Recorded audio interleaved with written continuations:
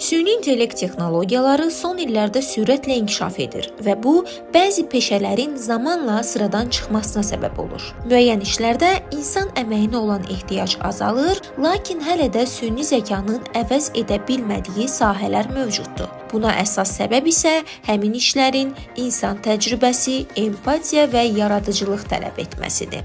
İnsanla birbaşa ünsiyyət və duyğu tələb edən peşələr hələlik təhlükəsiz sayılır. Məsələn, tibb bacıları, müəllimlər, psixoloqlar və məsləhətçilər həm texniki bilik, həm də insan anlayışı tələb etdiyindən süni zəka onları əvəz edə bilmir. Həmçinin sənətkarlar, aşbazlar və digər bu kimi peşələr yaradıcılıq tələb etdikləri üçün hələ də təhlükə altında deyillər. Lakin süni intellekt artıq çağrı mərkəzlərində, müştəri xidmətlərində, tərcümə, satış işlərində insan əməyini əvəz etməyə başlayıb. Bu peşələr əsasən təkrarlanan tapşırıqlar və məlumat verilməsi ilə bağlı olduğu üçün süni zəka artıq onları effektiv şəkildə yerinə yetirə bilir. Mütəxəssislər bildirir ki, bəzi sahələr isə tamamilə yox olmayacaq. Sadəcə süni intellektin imkanlarına əsasən dəyişəcək. Məsələn, hüquq, mühasibat, jurnalistika və marketinq kimi peşələrdə süni zəka məlumat toplama və sənəd yoxlaması edə bilər.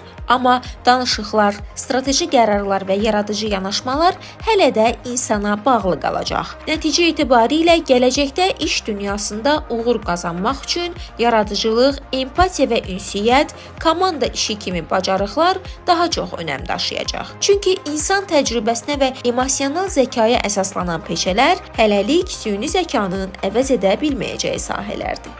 Nigar Abbasova, 525-ci kanal.